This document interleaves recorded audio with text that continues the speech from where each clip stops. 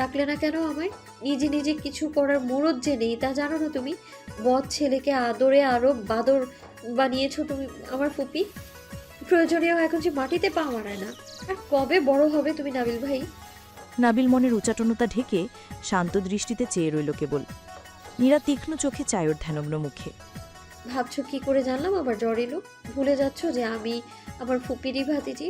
বৃষ্টিতে ভিজে রাতে ঘরে ঢুকেছো, সেসব চোখ এড়িয়েছে ভেবো না। তোমার শিরা উপশিরা জানা আছে আমার। ভাগ্যিস পানি খাওয়ার ছুতে বের হয়েছিলাম আমি। তো আমার বাপের নাবালক ভাগ্নেটা সারা রাত মাকে পাশে না পেয়ে অসহায়ের মতো ভ্যা ভ্যা করে কাঁদতো। বলেই খিলচিল করে হাসে মেয়েটা। অবশ্য না ভিজলেও এসে কপাল চেক করে যেতাম আমি। ফুপির অনুপস্থিতিতে একটু তো মায়া লাগেই। আমার ফুপির বেবি বয় বলে কথা। নাবিল কপালে হাত রাখল। সঙ্গে সঙ্গে শক লাগার মতো করে আতকে উঠল ছেলেটা, যেন কেউ ফ্রিজ থেকে এক বোতল ঠান্ডা বরফ পানি ঢেলে দিয়েছে ওর শরীরে। বিদ্যুতের গতিতে চোখ দুটো বুঝল নাবিল, সারা গা কাঁপুনি দিয়ে উঠল। নীরা আতকে উঠে হাত সরিয়ে নেয়। ভয় পায় মেয়েটা। কি হয়েছে তোমার নাবিল ভাই? কি হলো? নীরা, প্লিজ চলে যা। তোর যত্নের প্রয়োজন নেই আমার। প্লিজ যা, দয়া করে। এভাবে কেন বলছো? বুঝতে পারছিস না তুই? কথা শোন লক্ষ্মীটি, কিছু হয়নি আমার। ঘুমো রুমে গিয়ে। এত রাতে এইভাবে এসছিস, কেউ দেখলে ব্যাপারটা ঠিক দেখাবে না। কেউ দেখলেই কি? মনে হয় আজ নতুন এসেছে তোমার কাছে? ফুপি তোমাকে দেখে রাখতে বললো গতকাল জ্বরের খবর শুনে। আমি কিন্তু ফুপিকে নালিশ করবো এমন ছেলে মানুষই করলে। তুমি এমন কেন করছো? জ্বরে গা পড়ে যাচ্ছে তোমার। একটু শান্ত হয়ে বসো না নাবিল ভাই। নাবিল ক্লান্ত চোখে চাইল ওর মুখে। মেয়েটা কেন বুঝছে না ওর সান্নিধ্য নাবিলকে অসম্ভব পোড়াচ্ছে। মায়াবী মুখটা যে আজকের পর থেকে মনোযোগ দিয়ে দেখা মানে নির্ঘাত খুন। কেন বুঝতে পারছিস না নীরা? কেন যেচে বিপদ বাড়াচ্ছিস? তুই কি জানিস না নাবিলের যা পছন্দ তা সে যে কোনো মূল্যে আদায় করে ছাড়ে? তবে কেন বারবার কাছে টানছিস? কেন? ভাগ তো ভাই, মেজাজ খারাপ হচ্ছে। নাবিল মুখ গম্ভীর করে কপালে হাত ঠেকিলে বসল। নীরা হাতে থাকা লেবুর শরবতটা ওর সম্মুখে ধরে। মাকে মিস করছো তো? জ্বর অসুখটাই এমন, কেবল মাকে মনে করার ছোট। ফুপি জ্বর হলে তোমার লেবু শরবত বানিয়ে দিত। আজ না হয় আমিই দিলাম। মনের অসুখটা অন্তত কমুক। নাবিল তির্যক দৃষ্টিতে এক পলক চেয়ে গ্লাসটা হাতে নিয়ে বিনা বাক্যে সবটুকু শরবত শেষ করল। মনে মনে হতাশ শ্বাস ফেলে। মনের অসুখ সারানোর কৃত্রিম প্রচেষ্টা করছে মেয়েটা। সাপ হয়ে দংশন করে আবার নিজেই ঝাড়পোছ করার মতো ঘটনা। বলছে উদ্ধার কর আমায় এবার। যা ফুট। নীরা ভেঙচি কেটে শেষবারের মতো কপালে হাত ছোঁয়ালো। ওষুধ খেয়েছিলে? হুম। জ্বর হলে তোমার কেমন ইনোসেন্ট লাগে নাবিল ভাই। আহারে, মুখটা একেবারে শুকিয়ে গিয়েছে। বলেই পুনরায় ঠোঁট টিপে হাসল নীরা। নাবিল চাইল এক পলক। হিংসে হচ্ছে খুব, রাগও হচ্ছে। কারো দুর্দশা দেখে এত সুন্দর করে কেন হাসবে? ইচ্ছে করলো ওর ঠোঁট জোড়ায় তালা ঝুলিয়ে দিতে, সুহাসিনী স্নিগ্ধ হাসির ইস্তাফা টানতে। নীরা ঘরটা একটু সময় নিয়ে গোছালো যাওয়ার আগে। দেখতে লাগছে সদ্য বিয়ে হওয়া সাংসারিক কাজে ব্যস্ত নববধূর মতো। নাবিলের ইচ্ছে করলো ঘরটা পুনরায় এলোমেলো করে দিতে। এতটা এলোমেলো যতটা করলে নীরার কাজ এই জনমেও ফুরোবে না। ইচ্ছে করলো হাত দুটো শক্ত করে ধরে আবদারি স্বরে বলতে, আজ সারা রাত আমার পাশে বসে হাসতে পারবি নীরু? তোর হাসির শব্দে বড্ড আরাম পাচ্ছি, বিশ্বাস করো। আমার মনের অসুখ কেবল এই হাসিতেই সারতে চাইছে। কিন্তু বলল না। মনের কথা মনে রেখেই চাপা পড়ে রইল। জ্বর হয়েছে বলেই কি চিরতার মুখে আজ এত মিঠা কথা? বাহ, তুচ্ছ অসুখের দেখছি ক্ষমতা ভালোই। তবে আজন্ম এই অসুখ বিসুখ না হয় নাই স্বরূপ, কিংবা দেখা দিক ছয় রূপে ছয় ঋতুতেই। নীরা ভ্রু কুঁচকে চাইল। কথাবার্তা আজ একটু বেশি অদ্ভুত বলছে লোকটা। নীরা ঝুঁকে এসে বলে, মিস্টার না বলো, ঘুমিয়ে পড়ুন। মাথার তার কয়েকটা ছিঁড়েছে বোধ হয়। রেস্ট ইন, ঠিক হয়ে যাবে। আর প্রয়োজন হলে অবশ্যই ডাকবেন। নাবিলের দৃষ্টি মহাভীষ্টের ন্যায় স্থির। নীরার মুখভঙ্গি স্বাভাবিক। গ্লাসটা পাশে রেখে কমফর্টারটা ঠিকঠাক গায়ে জড়িয়ে দিল। নাবিল কি ভেবে সঙ্গে সঙ্গে চোখ ফিরিয়ে নিল আবার। হচ্ছেটা কি আজ তার? পরিচিত আমৃত্যু আজ এক তুচ্ছ রমণীর সম্মুখে এত সহজে হার মানবে? কোন দৈব বলে? কি তার ঐশ্বরিক ক্ষমতা? মেয়ের নীরা থমকায়। এই সম্বোধন নীরার পরিচিত না। এ কি নামে ডাকছে নাবিল ভাই ওকে? কণ্ঠে কি যেন একটা আছে, কিছু একটা তো আছে, স্পষ্ট টের পেয়েছিল। হুম। তুই শাড়ি পরে আর কখনো বাইরে বের হবি না। কেন? এমনি। আচ্ছা, বের হবো না। এক চিলতে গর্বিত হাসল নাবিল। তা কেবল সেই দেখল। নীরা প্রস্থান নিল, সাথে রেখে গেল একটা দীর্ঘ অতৃপ্ত রাত আর কপালে ওর উষ্ণ কোমল ছোঁয়া। সেই রাতে নাবিলের আর ঘুম হলো না। হবে কি করে? জলজন্ত একটা মানুষের ধ্বংস ডেকে এনে তাকে আবার সেবা শুশ্রূষা করা হচ্ছে।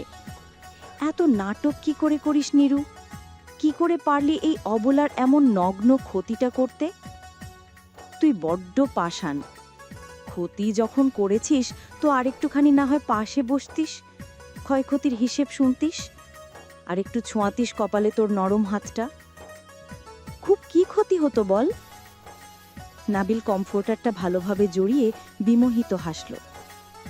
কানের কাছে কেউ এসে ওর দশাকে ব্যঙ্গ করে বেশ রসিয়ে রসিয়ে গাইছে, আর এভাবেই নরম বালিশে তোমার ওই চোখের নালিশে বেঁচে থাক রাত পরিদে স্নান, ঠুটে নিয়ে বেঁচে থাকার গান। ইদানিং জয়নাল সিকদারের মন মেজাজ বোঝার উপায় থাকে না। স্বভাবসুলভ, সারাক্ষণই তিনি গুরুগম্ভীর এবং কঠিন ধাঁচের মানুষ। গত 3 দিন ধরে ছোট ম্যাটার খোঁজ জানলেও একটি বারের জন্য জিজ্ঞেস করেননি মেয়ের কথা, কিংবা এতটুকু রাগও ঝাড়লেন না কারো উপর। প্রসঙ্গই তোলেননি ওকে নিয়ে। আমিনা বেগম স্বামীর এই নীরবতাটুকুকেই ভয় পায়। রেগেমেগে কিছু বলে দিলে অন্তত বোঝার ফুরসত থাকতো ভেতরে কি চলে। মীরার সঙ্গে আজ 2 দিন ধরে আমিনা বেগমের কথা হয়। মেয়েটা ভালো আছে। শ্বশুরবাড়ির লোক নাকি সাদরেই গ্রহণ করেছে ওদের। অর্থই যে সুখ বয়ে আনতে সক্ষম না, সেটা তিনিও বোঝেন। প্রকৃত প্রাপ্তি একটা যোগ্য মানুষে। রাতুলের পরিবার মীরার বাবার সঙ্গে কথা বলে বিষয়টা পারিবারিকভাবে মিটমাট করতে চায়। ছেলেটা ভালো, ফ্যামিলিটাও ভালো, উচ্চশিক্ষিত ছেলে। হোক না পারিবারিক সূত্রে কৃষি খামারের কাজ, তাতে কি? তার মেয়েটা তো ভালো আছে। আমিনা বেগম গতকাল থেকেই এই বিষয় নিয়ে স্বামীর সঙ্গে একটা মিঠা আলাপ সারতে চাচ্ছেন। কোনোভাবে যদি লোকটার পাহাড় সম রাগ সমতলে নামানো যায়। স্বামীর চেয়ারের পাশে দাঁড়িয়ে চোরাচোখে পর্যবেক্ষণ করছেন তখন থেকে। জয়নাল সিকদার নির্লিপ্ত ভঙ্গিতে নাশতা সারছিলেন। স্ত্রীর ভাবভঙ্গি খেয়াল করে খাওয়া অবস্থাতেই শুধালেন, কিছু বলবে? ধ্যান মগ্নতা কাটল আমিনার। তবে লোকটার ভারী সরে ভয়ে শরীর শিথিল হয়ে এলো। চরম দ্বিধাদ্বন্দ্বের বেগ বহিয়ে শেষমেশ মিনমিনে কণ্ঠে মুখটা খুললেন তিনি। একটা আবদার রাখবেন আমার? যদি তোমার মেয়েদের প্রসঙ্গ ব্যতীত অন্য প্রসঙ্গের আবদার হয় নিশ্চয়ই রাখবো। কোনো আবদার ফেলেছি আজ অবধি তোমার? নিঃসংকোচে বলো। বেশ ঠান্ডা গলায় কথাগুলো বললেন জয়নাল। স্বামীর শীতল হুঁশিয়ারিতে চুপসে গেলেন আমিনা। স্ত্রীকে চুপ থাকতে দেখে জয়নালও আর কথা বাড়ালেন না। যা বোঝার বুঝে ফেললেন। স্বামীর নীরবতা তার চিন্তা শতগুণ বাড়িয়ে দিচ্ছে। মেয়েগুলোর জন্য প্রাণ পুড়ছে তার। অ্যালার্ম লাগেও ঘুম থেকে উঠতে দেরি হয়ে গেল নাবিলের। জ্বর একটু আদ্র আছে, তবে সেসব আপাতত তোয়াক্কা করে চলবে না। তারা আছে, নিলয় বেবিটাকে রিসিভ করতে হবে এয়ারপোর্ট থেকে আজ। শোয়া থেকে এক লাফে উঠে কোনো রকমে ফ্রেশ হয়ে একটা কালো শার্ট গায়ে জড়ালো নাবিল। টেবিলে এসে তাড়া দিল নাস্তার জন্য। বড় মা, ভাত দাও।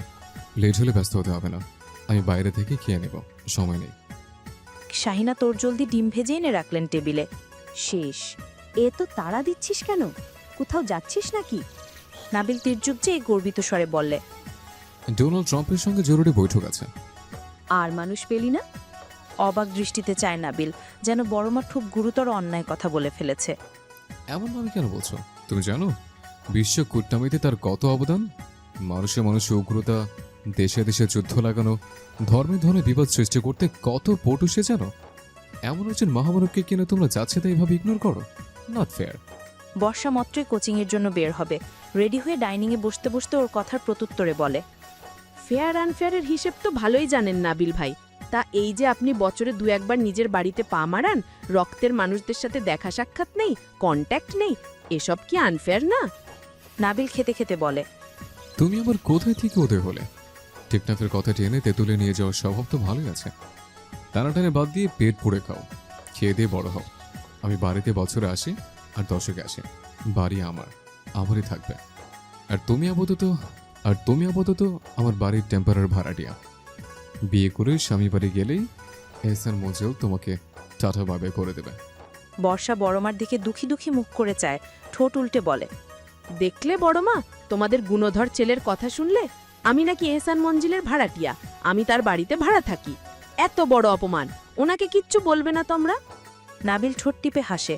শাহিনা বেগম তীক্ষ্ণ চোখে এক পলক বর্ষাকে দেখে নিয়ে মুচকি হেসে বলে, ভাড়াটিয়ারাও চাইলে মালকিন হতে পারে, শুধু মালিকের মন রাখতে জানতে হয়। নাবিল কথার মারপেচ বোঝে না, আপন ভঙ্গিতে খাচ্ছে, সেভাবেই জবাব দেয়, হ্যাঁ বড় মা, কানা ভরের সেক্রেটারি কিছু একটা ধরে বিদায় করে ওকে। আমার বাড়িতে টইটি করে আর কত করবে, এসব ভালো দেখে না। বর্ষা টলমল চোখে চায় শাহিনার পানে, চোখে চোখে কত নালিশ করেন। শাহিনা বেগমও চোখের ইশারায় আস্থস্ত করেন ওকে। ছেলে মেয়ে দুটোর বাচ্চামো দেখে হেসে ফেলেন তিনি। ঘরে ফিরে একটা শার্টও আয়রন করা না পেয়ে বিরক্ত হলো নাবিল। বহু ডাকাডাকির পর নীরার দেখা পাওয়া যায়। সকল সমস্যার ইনস্ট্যান্ট সমাধান কেবল সেই। চোখ রাঙিয়ে রীতিমতো বিরক্তি নিয়ে আসে মেয়েটা। আমি বাসায় এত কাজ জীবনেও করি নাই নাবিল ভাই, তুমি আমাকে সবসময় কাজের বুয়ার মতো ট্রিট করো। তোমাদের বাড়িতে গেলেও আমাকে এইভাবে খাটাও, আবার আমাদের বাসায় এলেও একই অবস্থা, ভালো লাগে না আর। নাবিলের সেদিকে ভ্রুক্ষেপ নেই, থাকলেও ইচ্ছে করে পাত্তা দিল না। আপন ভঙ্গিতে ডিভানে শুয়ে গেমস খেলছে। নীরা সেদিকে চেয়ে ফুঁসে ওঠে। আয়রন করা শেষ হলে শার্টটা নাবিলের মুখে ছুঁড়ে দাঁতে দাঁত পিষে বলে, বিয়ে কেন করছো না তুমি? আমরা বিরক্ত তোমার উপর। ফুপিকে আর আমাকে রেহাই দাও একটু, জন্ম থেকে খুব জ্বালাচ্ছ তুমি। নাবিল চুপচাপ শার্টটা গায়ে জড়িয়ে বুকের বোতাম লাগাতে লাগাতে ঠোঁটে কেমন একটা মাদকীয় হাসির রেখা টেনে ক্ষীণ স্বরে বলে, এইটুকুতে ক্লান্ত হলে কি করে চলবে? শোবে কিভাবে বাকিটা পথ? আমি তো জানো তেন মানুষ না, কাউকে জ্বালাবো বলে সিদ্ধান্ত নিলে পার্মানেন্টলি জ্বালাই। জলে জলে আঙ্গার হয়ে যাওয়ার মতো জ্বালানো যাকে বলে। কত কত বিকল্প পদ্ধতিতে জ্বালাতে জানি, সেসব তো আদৌ দেখা হয়নি তোর। নীরা আয়রনটা আলমারিতে রাখতে রাখতে দায়সারাভাবে বলে, কে সইবে আজীবন তোমার জ্বালাতন? বিয়ে করে বিদেয় হতে পারলেই লাইফ সেট। নাবিল আয়নার সম্মুখে দাঁড়িয়ে চুলের ব্র্যাক ব্রাশ করতে করতে পেছনে থাকা রাগান্বিত মুখটায় চেয়ে কিসের একটা আনন্দ নিয়ে হাসে। হ্যাঁ সেটাই তো, কোনো রকমের বিয়ে করে ঘরে আনতে পারলেই লাইফ সেট। কাছের বউর সঙ্গে সম্পর্কে একটা প্রমোশন হবে, হওয়াও দরকার। এত বছর এক্সপিরিয়েন্স আমাকে সেবা করার, তার একটা ইনাম তো সে এমনিতেই পায়।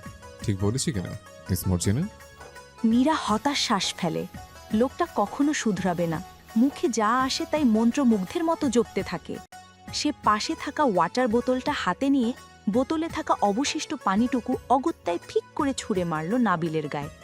বেচারার শুদ্ধ আয়রন করার শার্টটা ভিজে একাকার, সাথে জেল করা চুলগুলোও এলোমেলো হলো। হুট করেই হলো, সাবধানতার ফুরসতটুকু পেল না। আকস্মিক আক্রমণ। হতবিহ্বল হয়ে একবার নিজের দিকে চেয়ে রাগি রাগি দৃষ্টিজোড়া সামনে থাকা মেয়েটার দিকে নিক্ষেপ করার আগেই নীরা এক দৌড়ে সিঁড়ি ডিঙিয়ে নিচতলায় ছুট লাগায়। নাবিল গাল ফুলিয়ে শ্বাস ফেলে এক হাত কোমরে ভর করে দাঁড়ায়। বেশ কিছুক্ষণ দরজার দিকে শান্ত দৃষ্টিতে চেয়ে থেকে আকস্মিক মোহগ্রস্তের মতো কী সব বিড়বিড় করতে করতে মাথা চুলকাতে চুলকাতে হেসে ফেলল। স্মিত হাসি। কারণটা জানল কেবল ভরের 4 দেয়াল, আর দেয়াল ঘড়ির পেছনে চুপটি করে বসে থাকার দুষ্টু টিকটিকিটা, যে নাবিলের পুরুষালী ঠোঁটের হাসির রেখা দেখতেই টিক টিক করে ওর মনের ভাওলাল বাজার খবর শুনিয়ে গেল। মনে করিয়ে গেল সেদিনের খড়খড়ে রোদে নাবিলের এক চন্দ্রমল্লিকার প্রেমে পড়ার গল্প। ক্যালেন্ডারের পাতায় বাংলার বৈশাখ, আর নাবিলের কাছে তা ছিল প্রেমের বসন্ত। মীরা সদ্য গোসল সেরে বেরিয়েছে বাথরুম থেকে। পরনে রাতুলের কিনে আনা গতকালকের খয়েরি রঙের সাদামাটা একটা 3 পিস, দেখতে খুব সস্তা ধরনের, বোধহয় 500-র বেশি হবে না। এই সামান্য উপহারেই মেয়েটা চাঁদ পাওয়ার মতো খুশি হয়েছিল। রাতুল বেশ লজ্জিত মুখে ড্রেসের ব্যাগটা দিলেও মীরা স্বামীর দেওয়া ঠুনকো উপহার গ্রহণ করে মহা আনন্দের সাথে। তার স্বামীর গায়ে গতরে খেটে খুঁটে ইনকামের টাকায় কেনা প্রথম জামা। এই উপহার যে মীরার কাছে কত দামি তা কি করে বোঝাবে রাতুলকে? পৃথিবীর সবটুকু সুখ তার পায়ের তলায় সুপে দিলেও এই আনন্দের সমতুল্য হবে না কোনোটাই। শহরের আধুনিকতা মধ্যে আজন্ম বেড়ে ওঠা মেয়েটা এই ছোট্ট গ্রামে নিজেকে কত সহজেই না মানিয়ে নিয়েছে। রাতুলের অসুস্থ বাবার সেবা, সরল মায়ের সাথে বন্ধুত্ব, ছোট্ট বোনটাকে স্নেহ, সব কিছুই অবাক হয়ে দেখে রাতুল। কোনো প্রকার জড়তা ছাড়াই মেয়েটাই ছোট্ট সংসারটাকে গুছিয়ে নিয়েছে, আপন করে নিয়েছে। রাতুল প্রথমে এই বিষয় নিয়ে উদ্বিগ্ন থাকত, মীরা মানিয়ে নিতে পারবে তো তার অভাব অনটনের সংসারে? রাতুলের নিজের দারিদ্রতার প্রতি যত না আফসোস, তার চেয়ে বেশি মীরার জন্য কিছু না করতে পারার। যদিও এবছর মাস্টার্সটা শেষ করে একটা উচ্চ পদস্থ চাকুরির সন্ধান মিলবে, তবুও নতুন বিয়ে করা বউয়ের কত শখ আহ্লাদিত থাকে। সেসব পূরণ না করতে পেরে রাতুল ভীষণ ব্যথিত। মীরাও সব বোঝে, রাতুলকে সে বারবার বোঝায় তার অত বেশি চাহিদা নেই। ভালোবাসার মানুষটার সঙ্গে বাকি জীবনটা কাটাতে পারবে এমন সৌভাগ্যই বা কজনের হয়। মেয়েটা ওর জন্য কত কিছুই না সহ্য করবে। রাতুল অবাক হয়ে দেখে মীরাকে। আল্লাহ বোধহয় তার আজন্মের অসুখের ইস্তাপা টানতে এই অমায়িক রমণীকে জীবনে পাঠিয়েছেন। মীরার স্নিগ্ধর মুখশ্রীতে তাকালেই পৃথিবীর তামাম অভাব ভুলে থাকা যায়। রাতুল সত্যি নিজেকে একজন ভাগ্যবান স্বামী মনে করে, কামনা করে তার স্বর্গীয় সুখে যেন কখনো ভাটা না পড়ে। মীরা দেয়ালে টাঙানো ছোট্ট আয়নাতে চুল মুছতে মুছতে পেছন ফিরে চাইল। আয়না দিয়ে রাতুলের পলকহীন চেয়ে থাকা দেখল। স্বামীকে অমন ধ্যানমগ্ন হয়ে বসে থাকতে দেখে কিছুটা উদ্বিগ্ন হয়। কাছে গিয়ে কপালে হাত রেখে রাশভারী কণ্ঠে শুধায়, কি ব্যাপার? কি হয়েছে তোমার? শরীর খারাপ? রাতুল হেসে ওর কপালে রাখা হাতটা বুকে জড়িয়ে পরিশ্রান্ত কণ্ঠে বলে, খুব খারাপ লাগছে। এখানটায় বড্ড জ্বালা। এই যে তুমি ছুঁয়ে দিলে, মনে হচ্ছে জ্বালাটা আরো প্রগাঢ় হলো। সে কি কথা? বুকে জ্বালা মানে বুক জ্বলছে? গ্যাস্ট্রিকের ট্যাবলেট খেয়ে নিতে একটা। দেখি, সরো তো। রাতুল চোখ বন্ধ করে লম্বা শ্বাস টানে। মেয়েটা বড্ড অবুঝ। চুপটি করে একটু দাঁড়াও মীরা, আমি একটু শান্ত হই। মন শরীর দুটোই অশান্ত লাগছে। সবসময় তোমার বোকামি, কিচ্ছু বোঝো না জানো? এই জ্বালার উৎপত্তিস্থল সম্পর্কে অবগত হলে এতক্ষণে চুমোয় চুমোয় আমার গাল ভিজিয়ে দিতে। কিন্তু তুমি তো বোকা বউ, বুকের দহন নেভাতে কি লাগে জানো না। মীরা স্বামীর কথার ইঙ্গিত বুঝতে পেরে লজ্জায় মিয়ে যায়। আমি রান্নাঘরে যাই, মাকে সাহায্য করি। রাতুল হেঁচকা টানে ওকে নিজের কোলে বসিয়ে বাহুবন্ধনে আবদ্ধ করে নেয়। খোঁচা খোঁচা দাড়ি ভর্তি গালের সাথে মীরার মসৃণ গাল ঘেঁষে বলে, মুখ থেকে হাত সরান আমার লজ্জাবতী লতা। টমেটোর মতো লাল হয়ে গিয়েছে গাল দুটো। এমনভাবে ব্লাশ করছো মনে হচ্ছে আজই বিয়ে হলো আর রাতে হবে। মীরা মুখে হাত রাখে। চুপ, একদম চুপ। যা তা বেফাস কথা বলেই যাচ্ছ। এত বেশরম কবে থেকে হলে? আগে তো দেখলেই আসমান থেকে নেমে আসা ফেরেশতা মনে হতো। বিয়েটে গিয়েও কখনো হাতে হাত ছোঁয়াওনি, আর এখন কি না? রাতুল ঠোঁট টিপে হাসে। তোমার জানায় ভুল আছে, আমি আজন্মই বেশরম, তবে সেটা সঞ্চয় করেছি বৈধতার অপেক্ষায়। আগে ছিলাম তোমার বেকার প্রেমিক, এখনও বেকার, তবে এখন আমরা পুরোপুরি বৈধ।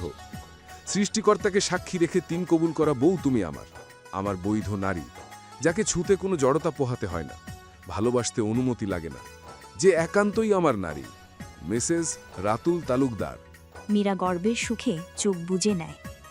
চোখ ভিজে এলো মীরার। রাতুল ওর কাঁধে থুতনি ঠেকায়। যেন মনের সবটুকু গ্লানি এই এক আলিঙ্গনে চিরতরে মুছে দেওয়া সম্ভব। মেয়েটার ভেজা চুল আর শরীরের তীব্র নারীসুলভ ঘ্রাণ শীতল করে ওর ক্লান্ত প্রাণ। সারাদিন টিউশনি করে মাত্রই বাসায় ফিরল রাতুল। মীরা ভাবল গরমে হয়তো খারাপ লাগছে শরীর। প্রসঙ্গ পাল্টাতে বলে, এক গ্লাস শরবত করে দেব? রাতুল বিরক্ত হয়। কৃত্রিম ধমকের ভঙ্গিতে বলে, তোমায় বলেছি শরবত করতে, এত অস্থির হচ্ছ কেন? শান্ত হয়ে বসে থাকো। মীরার স্বামীর ছেলে মানুষই পাগলামি দেখে কপাল চাপড়ায়। রাতুল ওর ঘাড়ে চুমু এঁকে বিষণ্ণ কণ্ঠে বলে, আমি তোমার জন্য কিছুই করতে পারছি না মীরা। এখানে তোমার সবকিছুতেই সমস্যা হচ্ছে আমি জানি। এমন সাদামাটা সংসার দেখে তুমি অভ্যস্ত নও। বিশ্বাস করো, এই অভাব দারিদ্রতা আর বেশি দিন নেই। আমার চাকরিটা হয়ে গেলেই আমরা শহরে উঠব, আমাদের সব হবে। তোমার শখ আহ্লাদগুলো যত্ন করে আলমারিতে তুলে রাখো ততদিন পর্যন্ত। লক্ষ্মীটি, তোমার স্বামী দরিদ্র হলেও তার আত্মা বিশাল। তোমাকে রানীর মতো করে রাখার আমারও যে খুব শখ। মীরা ঝাড়ি দিয়ে ওকে নিজের কাছ থেকে ছাড়িয়ে নিল। মুখটা গম্ভীর করে কিছুক্ষণ আগের গুছিয়ে রাখা জামাকাপড়গুলো শেলফ থেকে বের করে এলোমেলো করে দিল। কাঁদছে। রাতুল বুঝল না হুট করেই এমন করার কারণ। নিঃশব্দে মীরার পাশে বসে। জান, কোনো ভুল হয়েছে আমার? মীরা প্রত্যুত্তর না করে ওকে পাশ কাটিয়ে যেতে নিতেই রাতুল হাত দিয়ে হেঁচকা টান মেরে ওকে খাটে বসায়। মীরা অনেকক্ষণ ধস্তাধস্তি করল নিজেকে ছাড়ানোর। পুরুষালী শক্তির কাছে বরাবরের মতোই হার মানল ওর ছোট্ট নারী দেহ। ছাড়, ছবে না আমায়, তুমি খুব খারাপ। আমি কি তোমাকে কখনো বলেছি আমার বিলাসবহুল সংসার লাগবে? অমুকের অমুক আছে, আমারও লাগবে? বলেছি তোমাকে? কতবার বারণ করেছি এসব বলবে না আমায়? তুমি আমায় নিয়ে এভাবে অনুশোচনা করো জানলে আমার কত খারাপ লাগে বুঝো? ছাড়ো তো। রাতুল ওর গালে পরপর 5টা চুমু খেয়ে পরম আবেশে শক্ত করে জাপটে ধরল। আমি তোমার রাগটাকে খুব ভয় পাই সোনা। আমার কারণে তুমি কষ্ট পাবে ভাবলে বুক পুড়ে যায়। এই যে দেখো, কানে ধরলাম, আর বলবো না। Promise promise promise. এবার খেতে দাও লক্ষ্মীটি, খিদে পেয়েছে খুব। কি রেধেছ?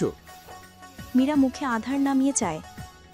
মানুষটার ক্লান্ত মুখটার দিকে চাইলে ইচ্ছে হয় পৃথিবীর সবচেয়ে বিলাসবহুল খাবারটা তার সামনে এনে দিতে। সবটুকু সুখ তার পদধূলিতে রেখে দিতে ইচ্ছে হয়।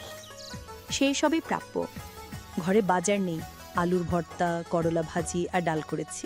মীরার চুপসে যাওয়া মুখের দিকে চেয়ে রাতুলের বুক ভার হয়। তোমার পছন্দ হয়নি খাবার? হোটেল থেকে আনাবো। মীরা বুকে কিল বসিয়ে প্রকট রাগ দেখায়। বলেছি একবারও আমার খাবার পছন্দ হয়নি। তুমি ক্লান্ত হয়ে এসে এসব দিয়ে খেতে পারবে কিনা সেটা ভেবে মন খারাপ হচ্ছে। রাতুল হো হা করে হাসল, যেন বিরাট কৌতুক করেছে বোকা বউটা তার। খাবারের মেনুর কথা শুনে এমন ভঙ্গিতে ঠোঁটে হাসির রেখা ফোটালো যেন পৃথিবীতে আলুর ভর্তা, করলা ভাজি কিংবা ডালের চেয়ে সুস্বাদু খাবার অন্যটি হয় না। উফ, তাহলে তো আজকের মধ্যাহ্ন ভোজটা বেশ জমবে। বিবিজানের হাতের আলুর ভর্তা মানে অমৃত। 5 তারকার চিকেনও ফেল। বসে আছো কেন মাই পার্সোনাল শেফ? যা আছে নিয়ে আসো তাড়াতাড়ি। খিদেতে পেটে ইঁদুর দৌড়াচ্ছে। আমি কিন্তু রাঁধতে জানি না, যদি খারাপ হয়। রাতুলের কণ্ঠে গর্ব। হলে হবে, আমার বউ খারাপ রাঁধলেও সবাইকে আনন্দ নিয়ে তাই খেতে হবে। বেশ তৃপ্তি করে হাত চেটেপুটে খেল রাতুল। মীরা পাশে বসে ওর খাওয়া দেখল। কি অসাধারণ একটা মানুষকে বিয়ে করেছে মীরা। কত অল্পতে সন্তুষ্ট সে। বিশেষ চাহিদা বলতে একটু ভালোবাসা। তার স্বামীটা বর্তমান সময়কার বেপরোয়া স্বামীদের মতো না। নেশা পানিতে তার আগ্রহ নেই, না আছে অবৈধ পথে উপার্জন করে হুট করেই বড় হয়ে যাওয়ার লালসা। গায়ে গতরে খেচে খাওয়া খাঁটি মানুষ সে। শরীরে পুরুষালী ঘাম মিশিয়ে বাড়ি ফেরা শক্তিশালী লোক, যে জানে নিজের শখ শৌখিনতা উৎসর্গ করে পরিবারের জন্য ঢাল হয়ে দাঁড়াতে। বাবা মায়ের আদর্শ ছেলে, ছোট্ট বোনের অনুপ্রেরণা আর প্রেয়সী স্ত্রীর একমাত্র গর্ব। ক্লান্ত পরিশ্রান্ত দেহ নিয়ে মীরার বুকে মাথা ঢলে অঘরে ঘুমায় যে। সেই এয়ার কন্ডিশনের অফিসে দিন কাটায় না, না মাসে একটা দিন খায় 5 তারকার রেস্টুরেন্টে। রোদে পুড়ে, বৃষ্টিতে ভিজে, হেঁটে কিংবা লোকাল বাসে ঘুরে ঘুরে টিউশনি করানো নিরলস এক সংগ্রামী মহাপুরুষ সে, যে নিজের চেতনায় স্বাধীন এবং নির্ভীক। মীরার রাতুল সহজভাবে সুখী হয়ে যাওয়ার সরল মানুষ। মীরার ঘোর লাগানো ধূসর চোখের শ্যাম পুরুষ, যার সকল ট্রেসটা ঘুচয় মীরার নরম ছোঁয়ায়, মীরার উষ্ণ যত্নে, মীরা রাতুলের বাবুই পাখির আরামের সংসারে। সেদিন বাসায় নাবিলের সঙ্গে ওর বিয়ের সিদ্ধান্তের খবর শুনে ফুপিয়ে কেঁদেছিল মীরা। প্রেমিক থাকা সত্ত্বেও নাকি আপন ফুপাতো ভাইকে বিয়ে করতে হবে। নাবিল তখনও এই বিষয়ে কিছুই জানত না। মীরা একবার ভাবল নাবিলের সঙ্গে এই বিষয়ে কথা বলবে। 2 দিন পর বাবা যখন বোন আর বোন জামাইকে বিয়ের প্রস্তাবটা দিয়ে সবকিছু সুনিশ্চিত করে ফেলে, সেদিনই মীরার মাথায় আকাশ ভেঙে পড়ে। রাতুলকে তখনও কিচ্ছুটি জানায়নি মেয়েটা। সেদিন রাতেই আবার কাঙ্ক্ষিত ফোনটা বাজল মীরার ফোনে। ঘটনার প্রধান চরিত্র যে। তোর বাড়িতে যে একখানা আওলা ঝোলা জটলা পাকানো হচ্ছে, এই ব্যাপারে কিছু জানিস? জানি। জানিস তো জেনে ধরো রোগীর মতো দাঁত খেলে বসে আছিস কেন? আমি আগে বললি না? কি হতো বললে? নাবিল গলার স্বর নরম করার চেষ্টা করে।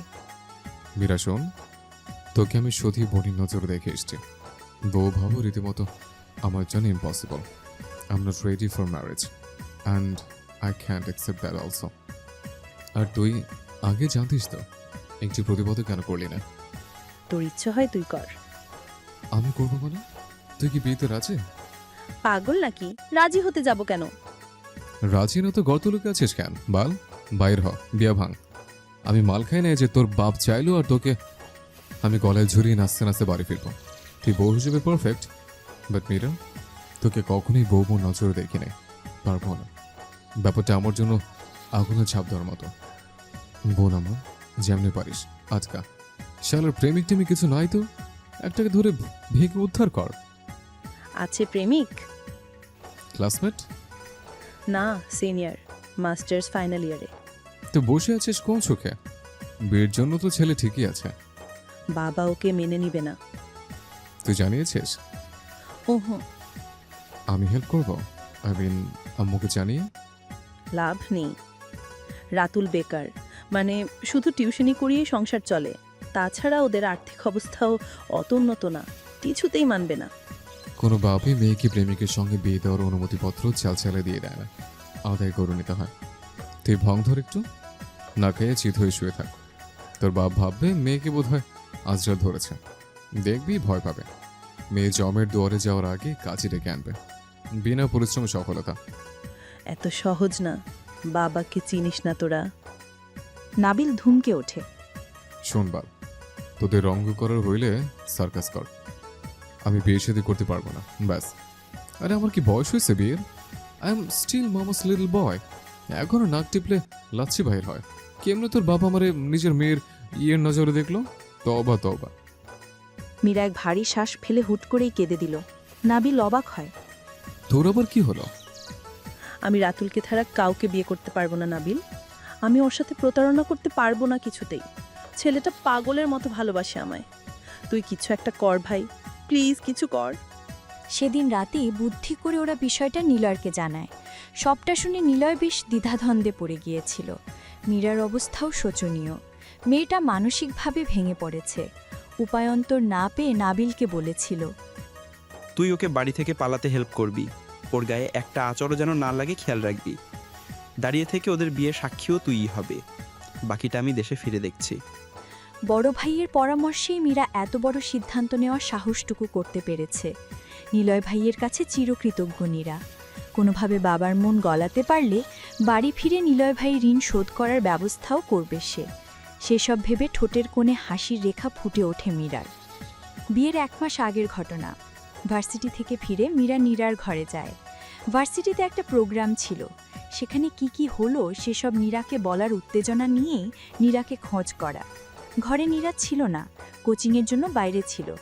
কৌতূহলবশত নীরার পড়ার টেবিলে চোখ আটকায় মীরার। নীরার ব্যক্তিগত ডায়েরি, যেটা সে কখনোই মীরাকে স্পর্শ করতে দেয়নি। যতবার এটা চেয়েছে গুপ্তধনের মতো চোখের আড়াল করে রেখেছে মেয়েটা, যেন এটা ডায়েরি না, নীরার প্রাণভোমরা। মীরার মাথায় দুষ্টু বুদ্ধি চাপল। কারো ব্যক্তিগত জিনিসে না বলে ধরা ঠিক হবে না ভেবেও মনকে মানাতে পারল না। ঘাটানোর সুযোগ হাতছাড়া করল না। বেশ কয়েকটা চিঠি পায় ডায়েরিতে। যেসব চিঠি যে প্রাপক পর্যন্ত আজ অবধি পৌঁছায়নি তাও বুঝল। চিঠিগুলোর সূত্র ধরেই ছোট বোনের কিশোরী বয়সের প্রথম ভালো লাগার মানুষটা সম্পর্কে জেনেছিল মীরা। বিশ্বাস করতে বেগ পোহাতে হয়েছিল যদিও, কেননা নীরার হাবভাব দেখে কখনোই সেসব বোঝার উপায় ছিল না। এসব প্রেম হাওয়া লাগাটাই রংঢং নীরার মধ্যে কখনোই দেখা যায়নি। ভেবেছিল আর কটা দিন গেলে নিজে থেকেই জানতে চাইবে এই বিষয়ে, কিন্তু তার আগেই মীরার জীবনে ঘটে যায় নতুন ঘটনা। তবে আজ এই মুহূর্তে এসে মীরার কাছে বিষয়গুলো কিছুটা হলেও স্পষ্ট। ভালোবাসা একপাক্ষিক টাতো জোড়ালো হয় না। নিলয় ভাইয়ের পক্ষ থেকেও বোধহয় কিছুটা সাড়া ছিল। তাই তো এত বছর পরে তারা দিয়ে নিলয় ভাইয়ের দেশে ফেরার সিদ্ধান্ত। মীরা চায় না তার ছোট্ট বোনটাও তারই মতো করে কষ্ট পাক, বাবার বিরোধিতা করে সবাইকে কষ্ট দেক। সব ঠিকঠাক হলে মীরা নিজে বাবার সাথে এই বিষয় নিয়ে কথা বলবে। খাদিজা ফুপ্পিকে নিয়ে যতদূর জানি, ফুপ্পি আগে থেকেই নীরাকে স্নেহর নজরে দেখে। বলা যায় পুরো পরিবারের চোখের মণি তার ছোট্ট বোন নীরা। ওকে ছেলের বউ করতে খাদিজা ফুপ্পির আপত্তি থাকার কথা না, কিন্তু মীরা একটা বিষয় নিয়ে বেশ চিন্তিত। অবাক করা ব্যাপার, সেদিন নাবিল ওকে বিয়ে করতে অস্বীকৃতি জানালেও নীরার বেলায় কেন ব্যাপারটা বিয়ের দিন পর্যন্ত গড়াতে দিলই যখন, তাহলে দুজন পালালো কেন? মায়ের সঙ্গে কথা বলে যতটুকু মীরা জানল, নাবিল নীরার সঙ্গে বিয়ের প্রস্তাব নিয়ে নাকচ করেনি। যদিও মুখে সরাসরি হ্যাঁ বলেনি, তবে প্রতিবাদও তো করল না, যেমনটা মীরার বেলায় করেছে। বিয়ের দিন ওর হাবভাবও নাকি অনুকূলেই ছিল। বিরাট রহস্যময় লাগছে ব্যাপারটা। এয়ারপোর্ট একটি এমন প্রস্থানদ্বার যেখানে আবেগ ছড়িয়ে থাকে প্রতিটি পদক্ষেপে। কেউ সেখানে প্রিয়জনকে বিদায় দিয়ে চোখের কোণে জমে থাকা অশ্রু লুকায়, আবার কেউ বা বহুকালের প্রতীক্ষার পর প্রিয় মুখ ফিরে পেয়ে উচ্ছ্বাসে ভেসে যায়। ভালোবাসার বিদায়ের এক অদ্ভুত সংযোগ স্থলে এই জায়গা। পাশের জন অসন্তোষ নিয়ে চাইল, মনে মনে খানিক বিরক্ত, উটকো ঝামেলা সব। দোলা, স্কিপ ইট। সুন্দর ছেলেদের ভাব বেশি থাকে, পাত্তা দিবে না। আর যদি কমিটেড হয় তখন? দোলার ঠোঁটে নাছোড় হাসি। So what? ট্রাই মেরে দেখতে তো সমস্যা নেই, যদি পটে যায় সজ্জা বিয়ে। তোর বয়ফ্রেন্ড আছে, রোহানকে ধোকা দিস না বেব। জাস্ট কিডিং, বাট আমার একটু লাইন মারতে ইচ্ছে করছে। Very funny. দোস্ত, আমরা আমাদের ফ্রেন্ডকে রিসিভ করতে এখানে এসেছি। This is not right time. Randomly এমন উইয়ার্ড প্লেসে তুই অচেনা একটা ছেলেকে লাইন মারবি? It seem so lame. ছেলেটা ছ্যাচরা মনে করবে। And are you gonna propose him? ঠিক প্রপোজ না, একটু বাজিয়ে দেখি, কি বলিস? পাশের জন হতাশ শ্বাস ফেলে। ভেতরে ভেতরে গোপন বিরোধিতায় যুদ্ধ বিগ্রহ চলল তার। মনে মনে হিংসেও হচ্ছে, তবে মুখে প্রকাশ না চালিয়ে কিছুক্ষণ গম্ভীর মুখে চেয়ে হুট করেই প্রতিক্রিয়া পরিবর্তন করে সহমতসূচক চোখ মারল।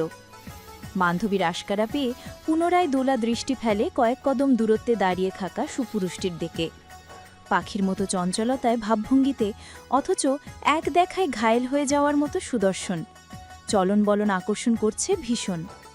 এয়ারপোর্টের অ্যারাইভাল টার্মিনালে হাতে সাদা কাগজ নিয়ে দাঁড়িয়ে আছে নাবিল। খানিক পর পর ঘাড় বাঁকিয়ে কাকে যেন খুঁজছে। সাথে সাগর। হাতের কাগজে লাল রঙের মার্কার পেনের কালিতে বড় বড় ইংরেজি অক্ষরে লেখা, Niloy baby, Nabil is here. হাত ঘড়িটায় চোখ দুলিয়ে পুনরায় গেটের দিকে চাইল। অপরিচিত এত লোকমুখীর ভিড়ে নিলয় ভাইয়ের দেখা নেই, অথচ এতক্ষণে তার এসে পড়ার কথা। বিরক্তিতে কপাল কুঁচকে এলো। আশেপাশে চেয়ে কত রকমারি গল্পই না দেখছে। কেউ প্রিয়জনকে বিদায় দেওয়ার শোকে নাক টেনে ফুপিয়ে কাঁদছে, তো কেউ আবার কাছের মানুষকে কাছে পাওয়ার আনন্দে প্রবল উত্তেজনা নিয়ে অপেক্ষার প্রহর গুনছে। কিন্তু ভাই কোথায়? নাবিলের বেবিটা কোথায়? Excuse me? অপরিচিত নারী কণ্ঠে চেতনার ব্যাঘাত ঘটে। নাবিল কৌতূহলবশত পাশ ফিরে চায়। অল্প বয়সী একজন তরুণী ভীষণ বিনয়ী দৃষ্টিতে চেয়ে আছে ওর পানে। ঠোঁটে অজানা হাসি, বেশভূষায় অতিরিক্ত মডার্ন ধাঁচের। কপালে ভাঁজ ফেলে নাবিল। পাশে এত খালি জায়গা পড়ে থাকতেও মেয়েটার এমন ভেসে দাঁড়ানোর অর্থ বোধগম্য হল না। জি বলুন। আপনি কারোর জন্য অপেক্ষা করছেন? মানে আপনার শুভাকাঙ্ক্ষী কেউ আসবে? আমার ভাই আসবে। কিছু মনে না করলে আমি কি আপনার পাশে, আই মিন এইখানটায় দাঁড়াতে পারি? আমারও ফ্রেন্ড আসবে ইউএসএ থেকে। একা একা দাঁড়িয়ে বোর্ড হচ্ছিলাম, মনটাও ভালো নেই।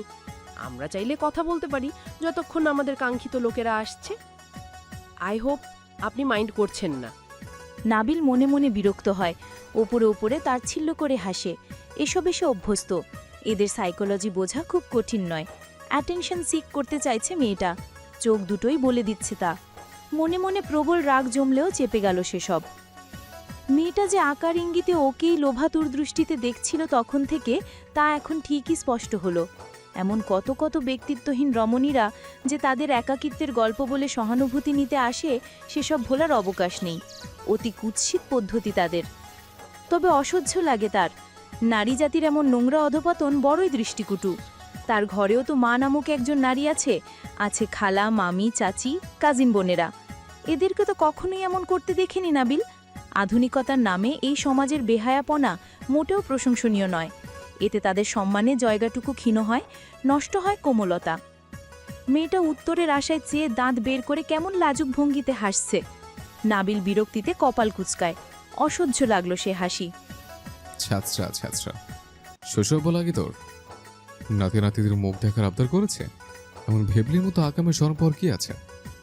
নাবিল ভ্রু জড়ায়। খানিক দূরত্ব টেনে মেকি হেসে দৃঢ় গলায় বলে, দাঁড়িয়ে যখন পড়েছেন তখন আর সভ্যতা থেকে পারমিশন চাওয়ার প্রয়োজন দেখছি না।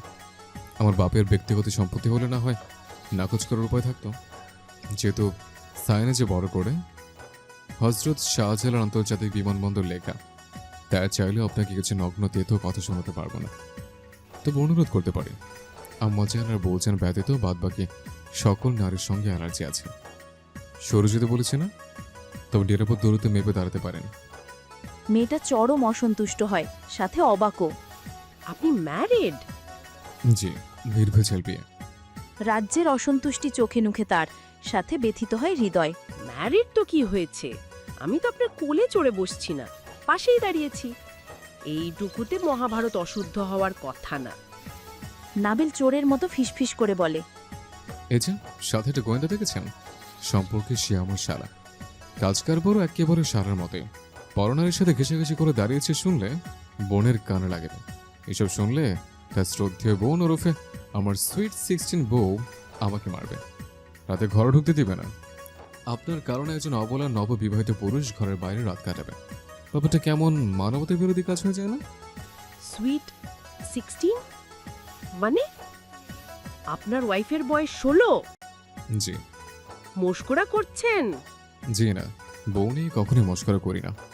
কেবল এই এক জায়গাতে আমি আইনস্টাইন বা সক্রেটিস কিংবা আইনস্টাইন লেভেলে সিরিয়াস। একটা 16 বছরের মেয়ে বিয়ের বোঝে কি? সে তো যখন বিয়ে করেছিলাম তখন 16 ছিল, এখন 19। আদর করে বলি 16। তবে ঠিকই ধরেছেন, প্রথম কিছু বুঝতো না, বড্ড জ্বালাতন করতাম। আদর্শ লিপির মতো করে ধরে ধরে শেখাতে হয়েছে। বলা যায় বউকে কোলে পিঠে করে বড় করেছে। এখন সে মাসাল্লাহ সবই বোঝে, এমনকি আমাকেও বোঝে। ছাত্র থেকে শিক্ষিকা আর নাবালিকা থেকে সাবালিকা হয়ে ওঠার হিরণময় প্রমোশন, সবই অভিজ্ঞতার ব্যাপার, বুঝলেন? মেয়েটা নাক মুখ বাঁকিয়ে আগাগোড়া চাইল। দেখেই বোঝা যাচ্ছে অপ্রত্যাশিত উত্তরে দারুণ বিরক্ত সে, সমানতালে দুঃখী। এত সুদর্শন ছেলে কি না এত তাড়াতাড়ি বিয়ে করে ফেলল? পৃথিবীটা এত নিষ্ঠুর কেন? সাগর এতক্ষণ চুপচাপ দাঁড়িয়ে সবটাই দেখল। মনে মনে গগন কাঁপিয়ে হাসলেও ভাইয়ের অভিনয়কে রিয়ালিস্টিক করার জন্য নির্লিপ্ত রইল। সত্যি সত্যি শালা বানাই ফেললে আপত্তি করব না, দুলা ভাই হিসেবে খাসা আছো। তো কেমন ভবিষ্যৎ বউয়ের পাতানো ভাই বানিয়ে ফেলবো, যা শালা হিসেবে তুইও খাসা। আমার কি বোনের ঠাডা পড়ছে? পাতানো ভাই হতে যাব কোন দুঃখে?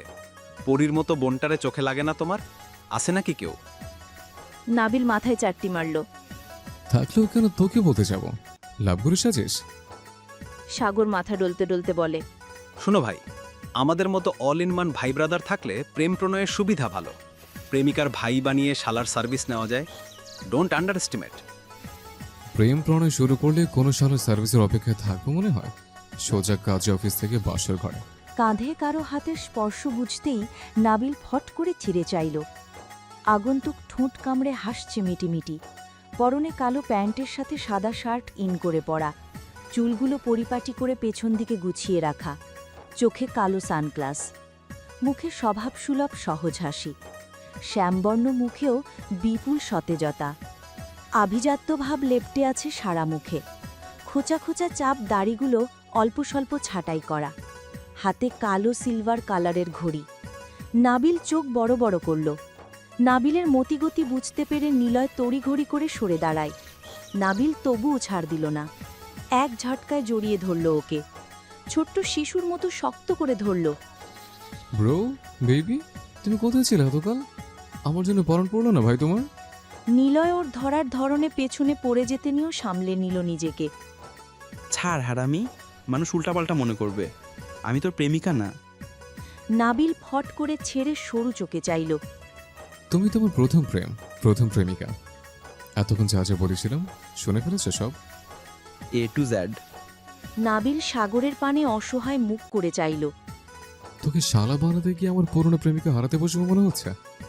নিলয় ফিক করে হেসে ফেলল, কাঁধে হাত রাখল ওর, কণ্ঠে উৎকণ্ঠা নিয়ে বলে, কেমন আছিস ভাই তুই? নাবিল ভেতরের অস্থিরতার লুকানোর পায়রা করছে, মুখে কৃত্রিম দুষ্টুমি টেনে বলে, খারাপ থাকার দোয়া করো নাকি? তুমি নাই বলে দেবদাস হয়ে যাবো ভাবলা কেমন? নাবিল অলওয়েজ বিন্দাস থাকে। নাবিল গাড়ির জানালার দিকে মাথা করে নিলয়ের হাঁটুতে পা দুটো রেখে বাচ্চা সুলভ ভঙ্গিতে ফোনে গেমস খেলছে। নিলয় সেদিকে এক পলক চায়। তার ছোট্ট কিশোর নাবিলটা আজ প্রাপ্তবয়স্ক যুবক। ভাই ভাই বলে ডাকা দস্যি ছেলেটার বাহ্যিক অস্থিরতা একই রকম দেখালেও কোথাও বোধহয় একটা ফাঁকা ব্যাপার রয়েই গিয়েছে। কোথাও কিছু একটা নেই নেই লাগছে। কি নেই? পরিবর্তনটা কিসের? দুরন্ত শৈশব? রমনার গাছতলার বাদামের আড্ডা? একই স্কুলে পড়ার সুবাগে স্কুল পালানোর দিনগুলো? আর নাকি জুম্মার দিনের নামাজের পর রকিব ভাইয়ের দোকানের তেহারি? নাকি একটা হারিয়ে যাওয়া প্রাণবন্ত বয়স? কোনটা নেই? বয়সে 3 বছরের বড় নিলয়, তবে একত্রে দাঁড়ালে বয়সের ফারাক বোঝার উপায় নেই। দুজনকে দেখতে প্রায় একই রকম লাগে, চেহারায় খুব মিল। একসাথে কোথাও গেলে কেউ কেউ এক মায়ের পেটের 2 ভাই ভেবে বসে থাকে।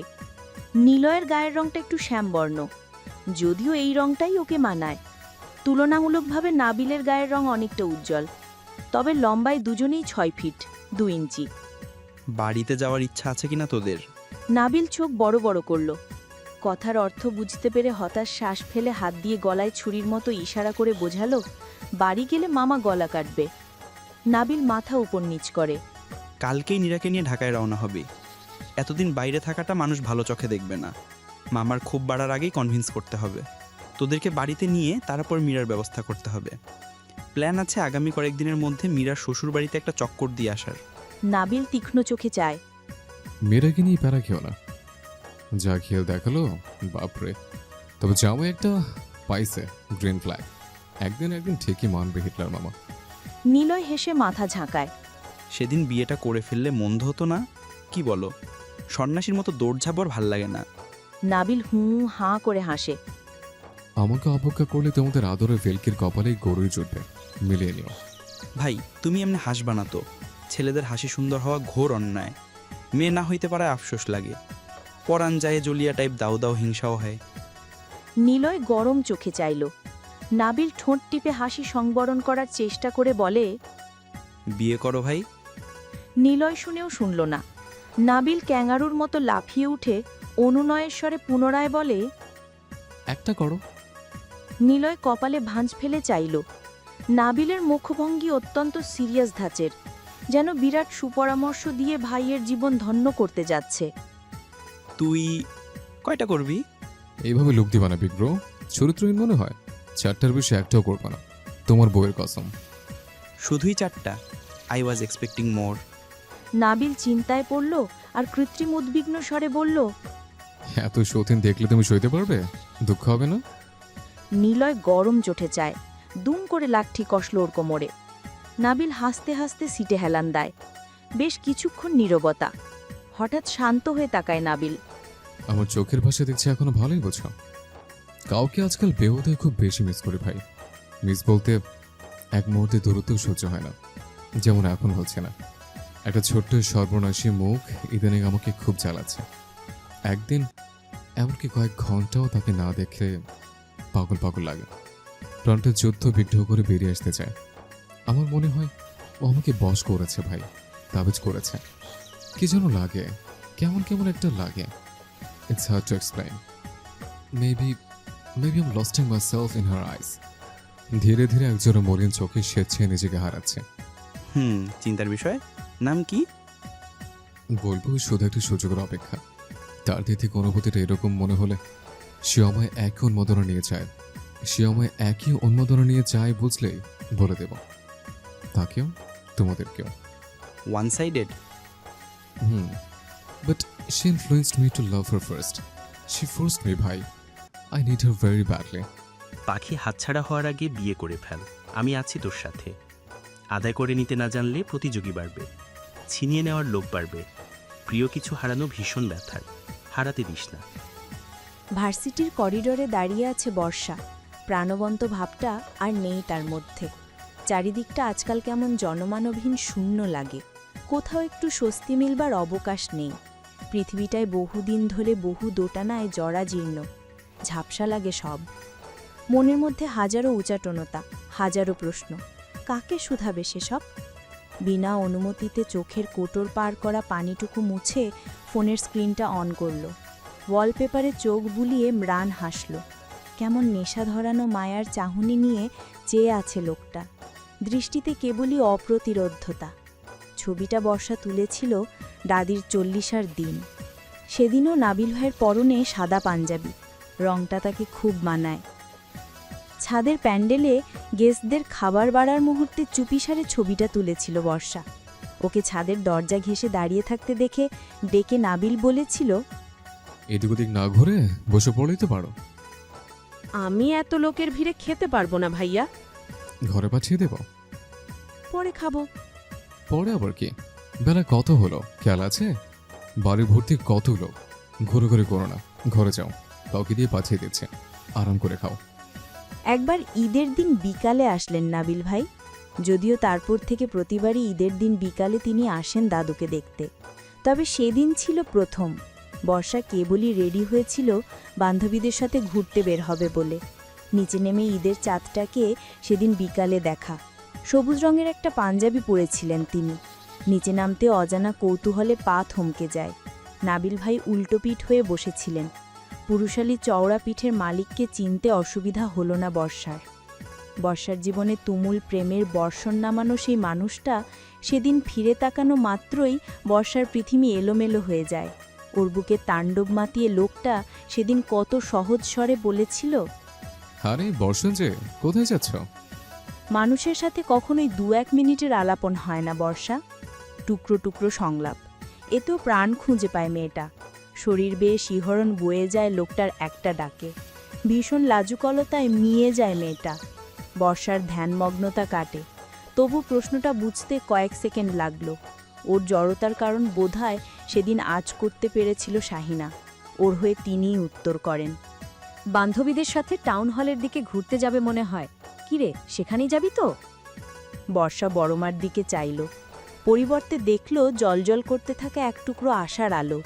বড়মা যদি সেদিন জানতেন পৃথিবীর সব নিয়ম বাড়ির বড়রা পাল্টাতে জানে না, সব স্বপ্ন চাইলেই পূরণ হয় না, তবে বোধহয় সেদিন অমন কোমল দৃষ্টিতে আশা দেখাতেন না। বড়মাটা বড্ড বোকা। দীর্ঘশ্বাস ফেলে বর্ষা। অস্থির লাগছে খুব। কিছুক্ষণ নীরবে দাঁড়িয়ে থেকে কি মনে করে ডায়াল করল বাড়িতে, নীরার ফোনে। হ্যালো নীরা, কি করছো? নীরা একা একা বোর হচ্ছিল। বর্ষার ফোন পেয়ে চমকায়। তোমার বাগানে সময় কাটিয়ে আসলাম। এত রকমের ফুল গাছ কোথায় পেলে? আরও ছিল, অযত্নে মরে গিয়েছে। আচ্ছা শোনো না, একটা কথা বলার ছিল। বলো। কিছু খাবে তুমি? আমি কিছুক্ষণ পরই ভার্সিটি থেকে বাসায় ফিরবো। কিছু খেতে ইচ্ছে হলে বলো। কিছু খাবো না আমি, তুমি সোজা বাসায় আসো, আমার একা একা বোর লাগছে। বেশ কিছুক্ষণ নীরবতা। বর্ষার ভয় হচ্ছে, সত্যিটা বললে যদি ভুল বোঝে নীরা। নীরা, আমি বোধহয় নাবিল ভাইয়ের মতো কাউকে একটা দেখলাম ধর্মসাগর পাড়ির দিকে। সাথে একটা মেয়ে ছিল। আমি নিশ্চিত না ওটা উনিই কিনা, তবে পেছন থেকে দেখে এমনটাই মনে হলো। ওনার কি কোনো গার্লফ্রেন্ড আছে? তুমি জানো এ বিষয়ে? তুমি শিওর ওনাকে দেখেছো? আমি তাকে যতদূর জানি আজ অব্দি একটাও প্রেম করেনি। করলেও লুকিয়ে রাখার মতো ছেলে নাবিল ভাই না। এমনটাই তো মনে হলো। ফুপি তার ছেলেকে যথেষ্ট স্বাধীনতা দিয়েছে। কোনো সম্পর্ক থাকলেও সেটা লুকানোর মতো স্ট্রিক্ট পরিবেশ নাবিল ভাইয়ের নেই। আমার মনে হয় তোমার কোথাও ভুল হচ্ছে। ওহ, তাহলে বোধহয় ভুল দেখেছি। একই রকম দেখতে পৃথিবীতে তো অনেক মানুষই থাকতে পারে। আমি বোধহয় তাদেরই একজনকে দেখেছি। ঠিক আছে, আমি চলে আসবো তাড়াতাড়ি। রাখছি। বর্ষার ঠোঁটে বিমোহিত হাসি। নাবিল ভাইয়ের গার্লফ্রেন্ড সম্পর্কে নীরার সহজ প্রতিক্রিয়ায় বর্ষাকে অনেক প্রশ্নের উত্তর দিয়ে দেয়। আর কোনো ব্যারিকেড রইল না তবে।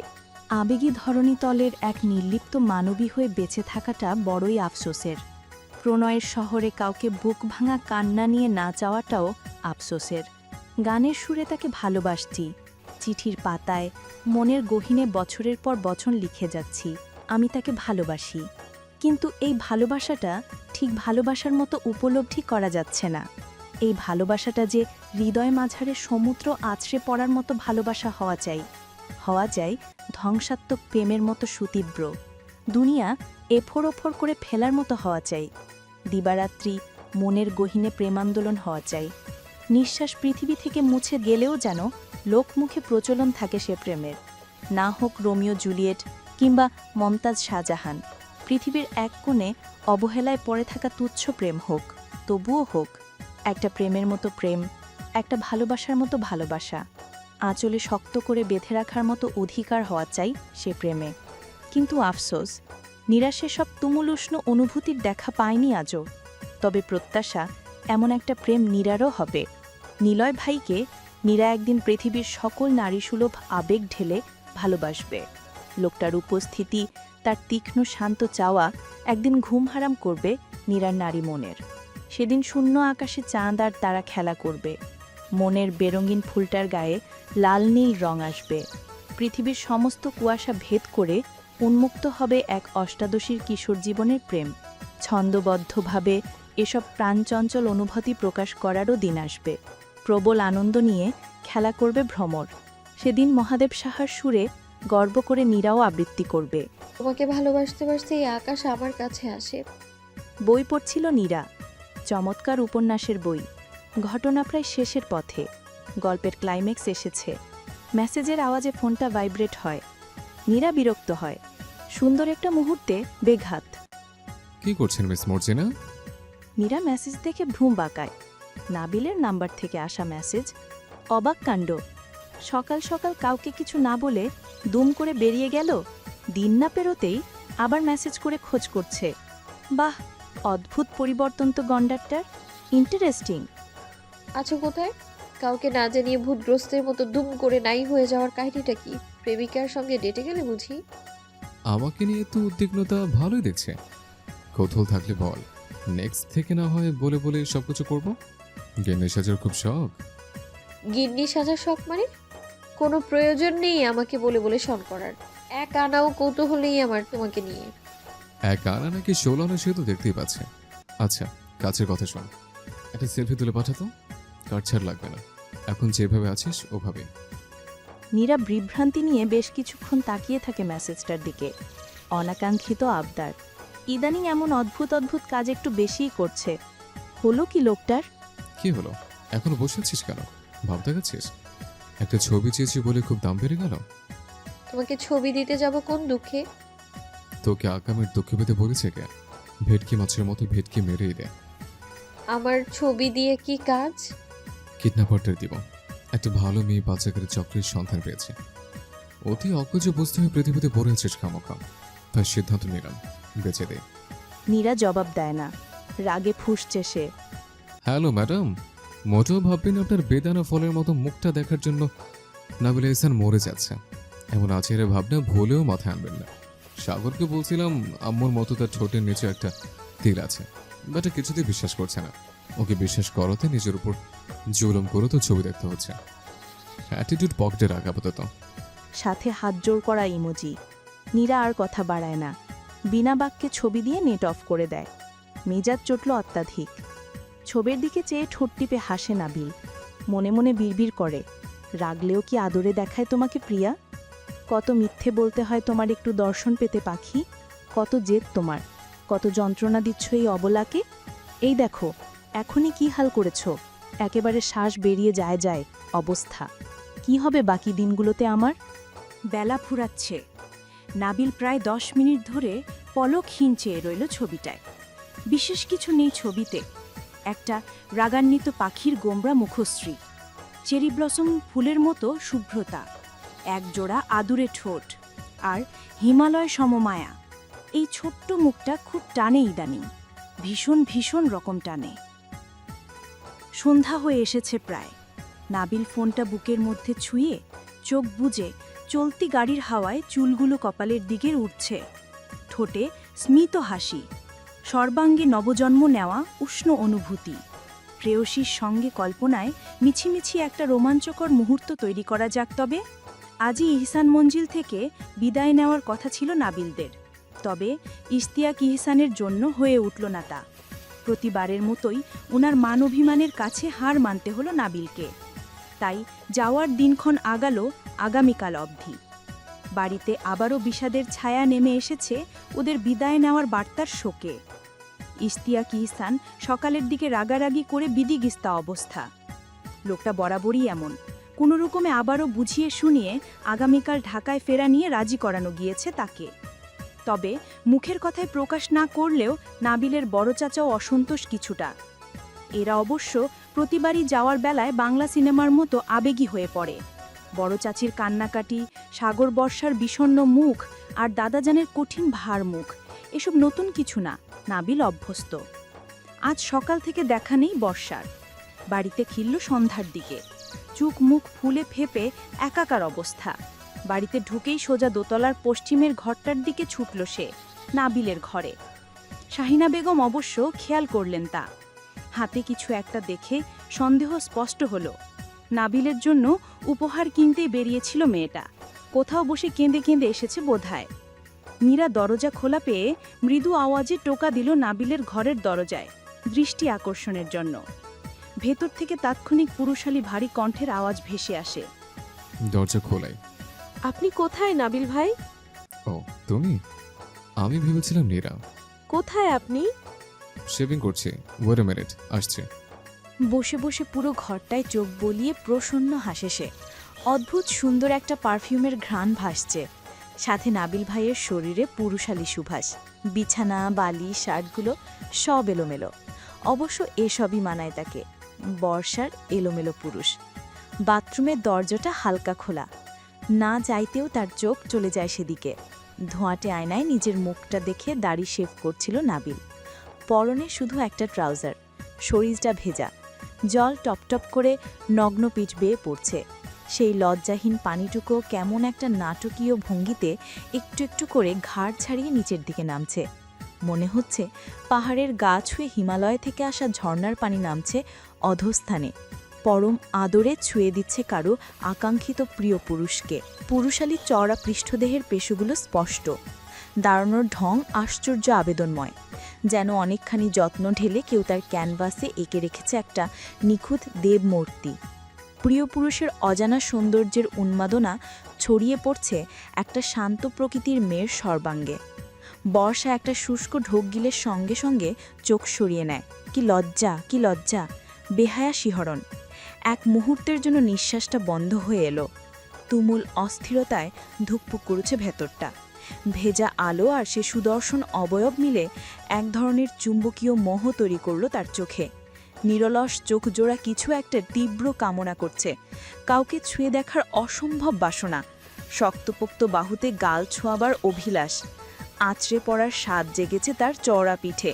ছি, কি অদ্ভুত অদ্ভুত ব্যাপার জেগে বসছে মাথায়। নাবিল ভাইকে নিয়ে এত কুরুচিপূর্ণ চিন্তা কি করে খেলল মস্তিষ্কে? লজ্জা আর অস্বস্তিতে শরীর কাঁপছে মেয়েটার। বসে থাকা কঠিন হয়ে যাচ্ছে আর এক মুহূর্তেও। জোরে জোরে শ্বাস ফেলে বর্ষা। ঘোর বিপজ্জনক আচরণ করে বসবে আর কিছুক্ষণ থাকলে। তার বারুন্ত নারী তো এমন কিছুরই ইঙ্গিত দিচ্ছে। নিজেই নিজের সঙ্গে বিদ্রোহ করে উঠল, লম্বা শ্বাস টেনে নিজেকে শাসায় সে। কোনো মতে কাঙ্ক্ষিত জিনিসটি বিছানায় রেখে যত্রতত্র প্রস্থান নেয়। এখানে বসে থাকাটা যে ঝুঁকির, ভীষণ ভীষণ রকম ঝুঁকির। বাথরুম থেকে বেরিয়ে কাউকে দেখতে পায় না নাবিল। খাকে র্যাপিং পেপারে মোড়ানো কিছু একটা রাখা, ওপরে ছোট্ট চিরকুট। হাতে নিল চিরকুটটা নাবিল। রাতের দিকে চায়ের আসর জমেছে ছাদে। নাবিল সাগর বসেছে ওভারহেড ছাদের সিঁড়িতে। নীরা হাত ভাঁজ করে দাঁড়িয়ে আছে রেলিংয়ের পাশ ঘেঁষে। বর্ষা আর শাহিনা বেগমও ছিলেন 11টা অবধি। প্রায় আধা ঘন্টা সময় কাটিয়ে বর্ষা চলে যায় রুমে। তার নাকি 1-2 দিন পর থেকে ইনকোর্স পরীক্ষা শুরু হবে। শাহিনাও চলে যান ওর পিছু পিছু। নাবিল সকলের সামনে জিজ্ঞেস করার সুযোগ পায়নি চিরকুট নিয়ে। চোখ মুখ শান্ত রেখে নির্জনে নিরিবিলি দাঁড়িয়ে আছে নীরা। পরিবেশটা অসম্ভব ভালো লাগছে। মৃদুমন্দ বাতাস বইছে খানিক পরপর। বৈশাখের শেষের দিকে সারাদিনের ভ্যাপসা গরমের পর রাতের স্মিথ বাতাসটা প্রশান্তি এনে দেয় ধরণীতে। আকাশটাও ফকফকা পরিষ্কার আজকে। বাতাসের সাথে ছাদের ফুলের গন্ধে নেশা ধরছে কেমন। আকাশে অজস্র তারা, 1-2টো খসে পড়ছে, হাঁটি হাঁটি পা পা করে আকাশ জুড়ে বিচরণ করছে কোনোটা আবার। নাবিল চুপচাপ বসে গোয়েন্দা দৃষ্টিতে সবই দেখছিল এতক্ষণ। তির্যক চোখে নজরে নজরে রাখছে নীরাকে। না, হজম হচ্ছে না। এমন শান্ত নদীর মতো ঠান্ডা পরিবেশ কিছুতেই সহ্য হচ্ছে না। এত সুখ শান্তি মেনে নেওয়ার মতো না। মুখে তালা লাগিয়ে কি এমন দিলদরিয়া ভাবনায় ডুম মেরেছে ফাজিলটা। নীরা, আম খাবি? কাঁচা আম? নীরা দুদিকে মাথা দোলায়। লোকটা যে মনোযোগ পাওয়ার উদ্দেশ্যে কাঁচা আমের প্রসঙ্গ তুলছে তাও বুঝল। বিরক্ত হয়ে নাবিল মনে মনে ঠাটিয়ে 2টো থাপ্পড় মারতে ইচ্ছে করলেও আপাতত সেসব ইচ্ছে দমিয়ে ঘোড়ার মতো লাফ দিয়ে নামল ওভারহেড ছাদের সিঁড়ি থেকে। পাশে দাঁড়ালো নীরার। নীরা পাশ ফিরে চাইল না। নীরার দৃষ্টি অনুসরণ করে আকাশের পানে চেয়ে নাবিল শুধায়, মন খারাপ? আহ, নিতে আসিস কেন তবে? নীরা জবাব দেয় না। বেশ কিছুক্ষণ পিনপতন নীরবতা। নাবিল 2 হাত ট্রাউজারের পকেটে ঢুকিয়ে হেলান দিয়ে দাঁড়ায়। আমার এখানে ভীষণ ভালো লাগছে নাবিল ভাই। বাড়ির ছাদটা এত সুন্দর। এই যে দেখো, এখানে থেকে কি অদ্ভুত সুন্দর দেখায় আকাশটাকে। কত বিশাল, চাঁদ তারা সবই সুন্দর। ফুলগুলোকে দেখো না, বাতাসের সাথে তাল মিলিয়ে একটু একটু দুলছে। ভালো লাগছে না? নাবিল নীরবে মাথা উপর নিচ করে চায় নীরার উচ্ছ্বসিত মুখে। অথচ চাওয়ার কথা ছিল নীরার দেখানো চাঁদ, তারা আর ছাদের দুলতে থাকা ফুলগুলোর দিকে। মনে মনে হাসে নাবিল। এতক্ষণ কিনা এদের সঙ্গে ভাব জমাচ্ছিল বেয়াদবটা। আর একটু পাশাপাশি দাঁড়ায় সে। চায় নীরার ঝিল চোখে। একরাশ আনন্দ খেলা করছে প্রকৃতিপ্রেমী রমণীর চোখে মুখে। সমস্যা নেই, ভবিষ্যতে থাকতে এখানে পারবি চাইলে, সব তোর মর্জি মোতাবেক হবে। নীরা হতাশ শ্বাস ফেলে, বুঝল এই লোক ওকে একটু নীরবতা পালন করতে দিবে না। তার অভিধানেই নেই সভ্যতা নামের শব্দটা।